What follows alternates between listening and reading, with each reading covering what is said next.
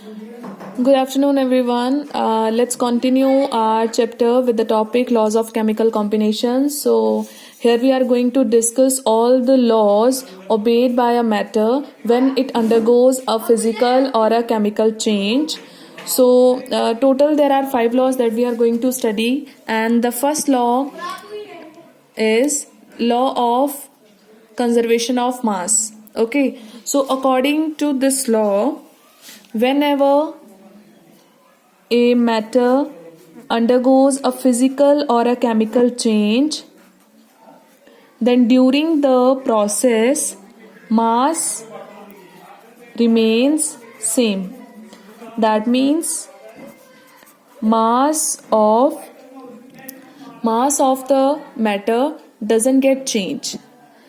इसका मतलब ये हुआ कि जितना आपके पास रिएक्टेंट का मास होगा उतना ही किसका होना चाहिए, प्रोडक्ट का. So it means the mass before the reaction is same the mass after the reaction. So we can write the definition here is that according to this law the mass of a reactant is equal to the mass of a product during a chemical reaction. During a chemical reaction, the mass of a reactant is equal to the mass of a product. या फिर एक और तरीके से हम इसको define कर सकते हैं. वो क्या है यहाँ पे, that matter can not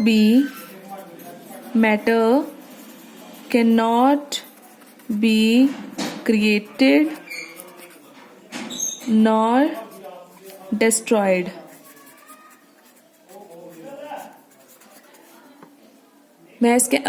matter can neither be created nor be destroyed, ये आपको यहाँ से मिलेगा अकॉर्डिंग टू दिस लॉ. तो इट मीन्स जब भी कोई भी केमिकल रिएक्शन होती है, रिएक्टेंट जो है वो प्रोडक्ट में कन्वर्ट होता है, तो जो मास है किसी भी रिएक्टेंट का वो हमेशा मास ऑफ प्रोडक्ट के इक्वल होगा. मीन्स ना तो हम मास को क्रिएट कर सकते हैं during the reaction, during any change, ना तो हम मास को क्रिएट कर सकते हैं, ना ही वो मास कहीं लॉस्ट हो सकता है. जितना मास रिएक्शन से पहले था उतना ही आफ्टर द रिएक्शन रहेगा. This is law of conservation of mass. Clear. So इससे रिलेटेड जो आपके न्यूमेरिकल्स हैं वो बहुत ही इजी सिंपल कैलकुलेशन बेस्ड होंगे. वो कौन सा, जैसे अब what mass of silver nitrate react with 5.85 gram of sodium chloride. आपके पास सिल्वर नाइट्रेट है AgNO3, it is reacting with sodium chloride. ठीक है, सोडियम क्लोराइड का मास कितना है 5.85 ग्राम और सिल्वर नाइट्रेट कितना है हमें नहीं पता. Both are reacting to produce silver chloride and sodium nitrate NaNO3. Now the amount of silver chloride given here is 14.35 gram, whereas the mass of sodium nitrate is 8.5 gram. So they are asking that how much amount of silver nitrate is required for this particular reaction. तो simple सा यहाँ पे आपने law लगाना है that mass of reactant is equals to mass of product. Reactant कौन से है, इसका मास x सेलेक्ट कर लो, x plus 5.85 will be equal to 14.35 plus 8.5. Reactant 2 थे, मैंने दोनों का मास लेफ्ट साइड पे लिख लिया, इक्वल्स टू यहाँ पे 2 प्रोडक्ट्स हैं, मैंने दोनों का मास राइट साइड पे लिख लिया. अब यहाँ से इस इक्वेशन से आप x को इजीली जो है वो सॉल्व कर सकते हो. So law of conservation of mass के जो आपके पास न्यूमेरिकल्स हैं वो बहुत ही इजी होंगे. सिंपल प्लस माइनस करके जो आपका आंसर है वो आ जाएगा. Clear. Now the next question is that law of conservation of mass is applicable in all the reaction. Does it is applicable. So ये ज़रूरी नहीं है कि हर जगह पे ये अप्लाई हो जाए. कुछ हमारे पास केसेस ऐसे होते हैं जहाँ पर लॉ ऑफ कंजर्वेशन ऑफ मास है वो एप्लीकेबल नहीं होता है. ठीक है, वो कौन सी रिएक्शंस होती हैं, for example nuclear reactions. Nuclear reactions में ये लॉ जो है वो ओबे नहीं करता है. ठीक है, तो कैसे ओबे नहीं करता है, लेट अस डिस्कस. तो अगर हम बात करें न्यूक्लियर रिएक्शंस की, इन न्यूक्लियर रिएक्शंस, जनरली क्या होता है कि whenever the reactant gets converted into product there is a loss of mass. Always it is observed that there is loss of mass. Loss of mass means the mass of product is less than mass of reactant. Reaction से पहले मास ज़्यादा था लेकिन after the reaction जो मास है वो काफ़ी कम है. तो इसका मतलब क्या हुआ कि थोड़ा बहुत जो मास है वो लॉस हो गया. लेकिन ऐसा कभी नहीं हो सकता कि जो मास है वो ख़त्म हो जाए. हम मास को खुद से क्रिएट या डिस्ट्रॉय नहीं कर सकते हैं. तो डेफिनेटली ये कहीं ना कहीं कन्वर्ट हुआ होगा. Then during the nuclear reaction क्या होता है, बहुत सारी जो एनर्जी है वो रिलीज होती है during any nuclear reaction, either it is fission और फ्यूजन. तो ये जो एनर्जी रिलीज हो रही है that is due to mass only. तो जितना दोनों में मास चेंज है, जितना डेल्टा एम है उसके अकॉर्डिंग एनर्जी प्रोड्यूस हो जाएगी. अब आइंस्टाइन ने इसके लिए रिलेशन दिया था E is equals to mc². ठीक है, ये रिलेशन लगाकर यहाँ पे जितना मास लॉस्ट हुआ है c is the velocity of light multiply करके एनर्जी आ जाएगी. सो दैट मीन्स यहाँ पे जो मास था वो किस में कन्वर्ट हो गया, एनर्जी में. लेकिन अगर हम बात करें कि law of conservation of mass यहाँ पे एप्लीकेबल है तो definitely the answer is no. तो यहाँ पे एप्लीकेबल नहीं है. रीजन क्या था, जो मास था वो किस में कन्वर्ट हो गया, यहाँ पे एनर्जी में. तो ओवरऑल हम ये कह सकते हैं कि मास प्लस एनर्जी दोनों को जो हम चेंज नहीं कर सकते हैं. The sum of mass and energy is conserved. तो जो लॉ है वो थोड़ा सा मॉडिफाई होके क्या आ जाएगा, law of conservation of mass and energy. तो जो हमारे पास लॉ था कंजर्वेशन ऑफ मास का वो हमने क्या बना दिया, conservation of mass and energy. So according to this law the mass and energy during any chemical reaction remains conserved. They only get converted into one another, but ना तो उनको create कर सकते हैं, ना ही डिस्ट्रॉय कर सकते हैं, ना ही लॉस होगा, ना ही कुछ और. सिर्फ one form to another form ये कन्वर्ट हो सकते हैं बट रहेंगे conserve. So mass and energy of any system remains conserve during any physical और केमिकल चेंज. ठीक है, तो ये हमारे पास ना एक तरह से हम कह सकते हैं कि दिस इज द लिमिटेशन. तो आपके पास ये लिमिटेशन था law of conservation of mass का. ओके, तो मॉडिफाई करके हमने law of conservation of mass and energy कर दिया इसको. Hope it is clear. Now let's move to the second law, that is law of definite proportion और constant composition. Now what do you mean by it. अच्छा, अब इस word को आप ध्यान से देखना, डेफिनेट प्रोपोर्शन. ठीक है, ये आपका जो लॉ है ना दिस इज फॉर कंपाउंड्स. ये कंपाउंड्स के लिए बना है. ठीक है, अब आपके पास कोई भी कंपाउंड है, सबसे बेस्ट हम एग्जांपल लेते हैं वाटर का, सबसे बेसिक कंपाउंड. ठीक है, वाटर जो है आपके पास कंपाउंड है. अब इसमें दो एलिमेंट्स हैं, one is hydrogen, another one is oxygen.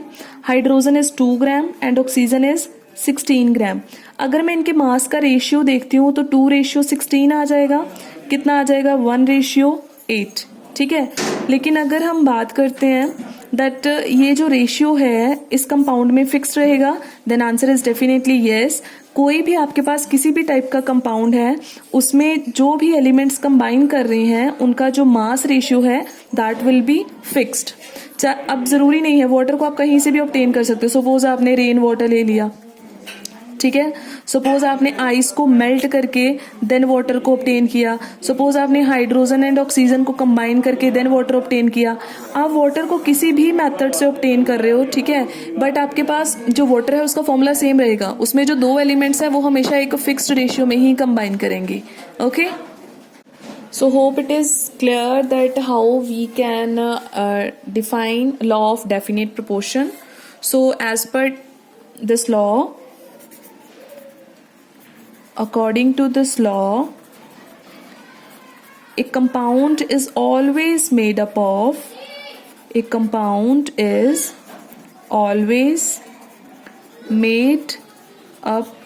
of same elements combined together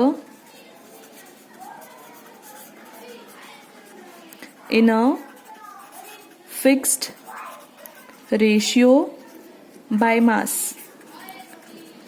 Okay, according to this law, a compound is always made up of same kind of elements. They are combined together in a fixed ratio by mass. Doesn't matter by which method we have prepared the compound. ठीक है, तो यहाँ पे कोई और example ले लेते हैं. सपोज हमारे पास कार्बन डाइऑक्साइड है, तो कार्बन डाइऑक्साइड को आप कैसे भी प्रिपेयर करते हो. सपोज आपने सोडियम बाइकार्बोनेट को हीट करने पे कार्बन डाइऑक्साइड को प्रोड्यूस करा, ठीक है, या फिर कैल्शियम कार्बोनेट की हीटिंग से आप कार्बन डाइऑक्साइड को प्रोड्यूस कर रहे हो, या कार्बन एंड ऑक्सीजन के रिएक्शन से कार्बन डाइऑक्साइड प्रोड्यूस हो रहा है. ये मैटर नहीं करता कि किस मेथड से आपने कार्बन डाइऑक्साइड को प्रोड्यूस करा है. ठीक है, जो कार्बन डाइऑक्साइड का फॉर्मूला है वो हमेशा क्या रहेगा, सेम रहेगा. उसमें जो एलिमेंट्स का कॉम्बिनेशन है कार्बन एंड ऑक्सीजन वो भी सेम रहेगा, और जिस रेशियो में वो कंबाइन करते हैं वो भी सेम रहेगा. कार्बन का कितना बेटा मास होता है, इट इज 12 ग्राम. ऑक्सीजन का कितना होता है 16 इंटू 2 32 ग्राम. तो अगर हम इसका रेशियो निकालते हैं it will B 12:32. That means 6:16 3:8 divide करके आ जाएगा. It means carbon dioxide is always made up of carbon and oxygen combined together in a fixed ratio 3:8 by mass. Clear, this is law of definite proportion. तो इससे related आपको numericals जो है हम करते हैं साथ में.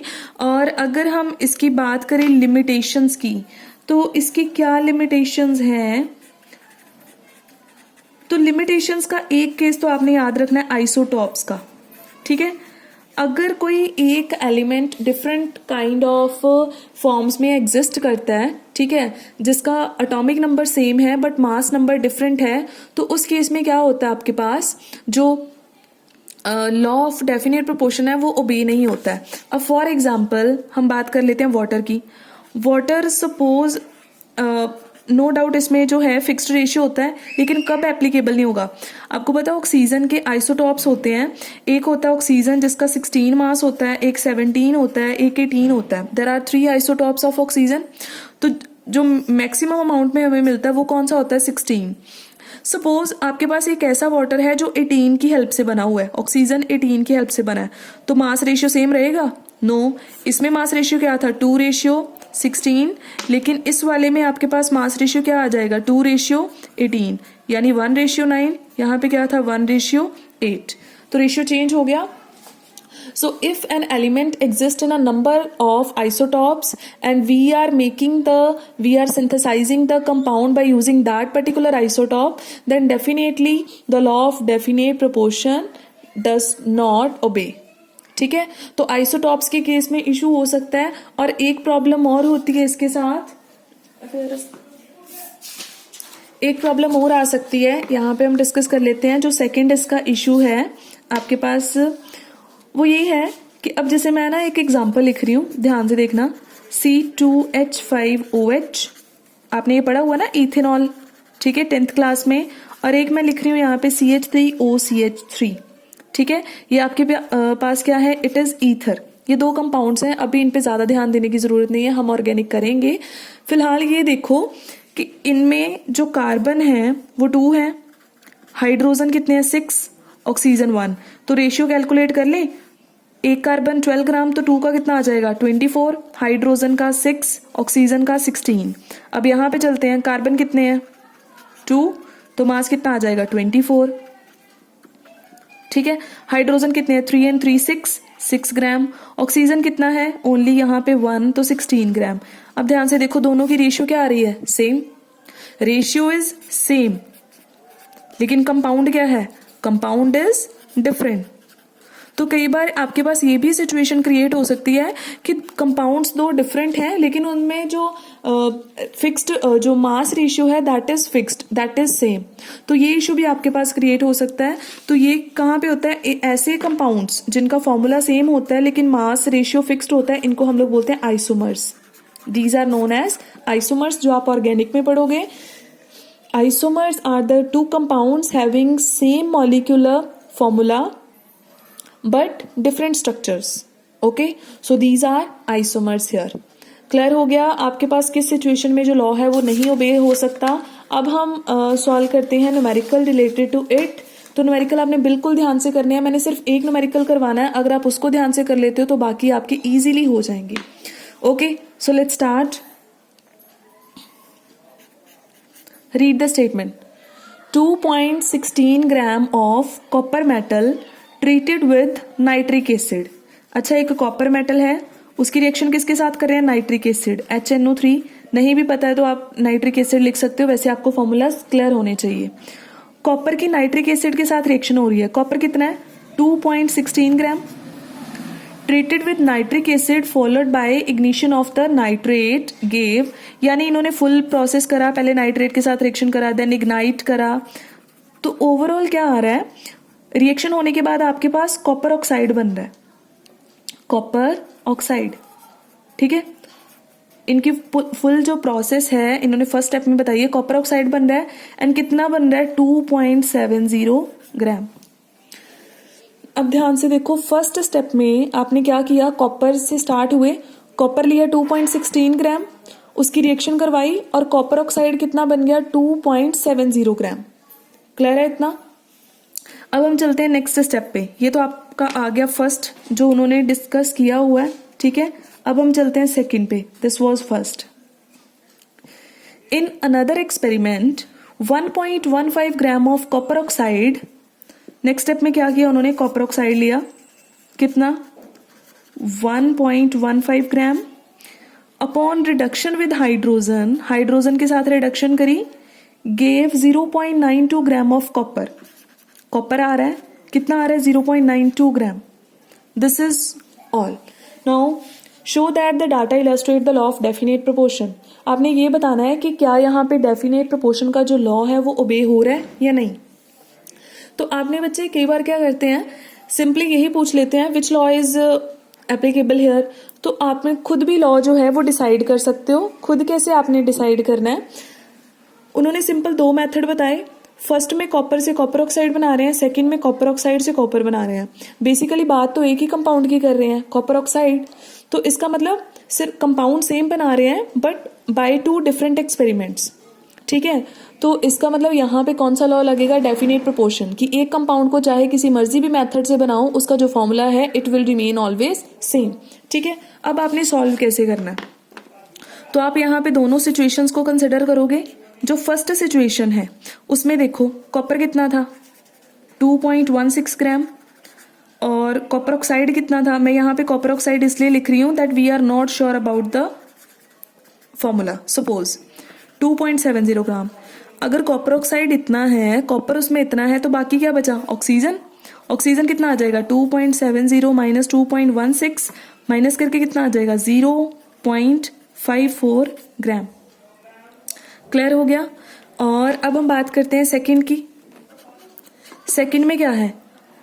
कॉपर कितना है हमारे पास? 0.92 ग्राम। और कॉपर ऑक्साइड कितना है?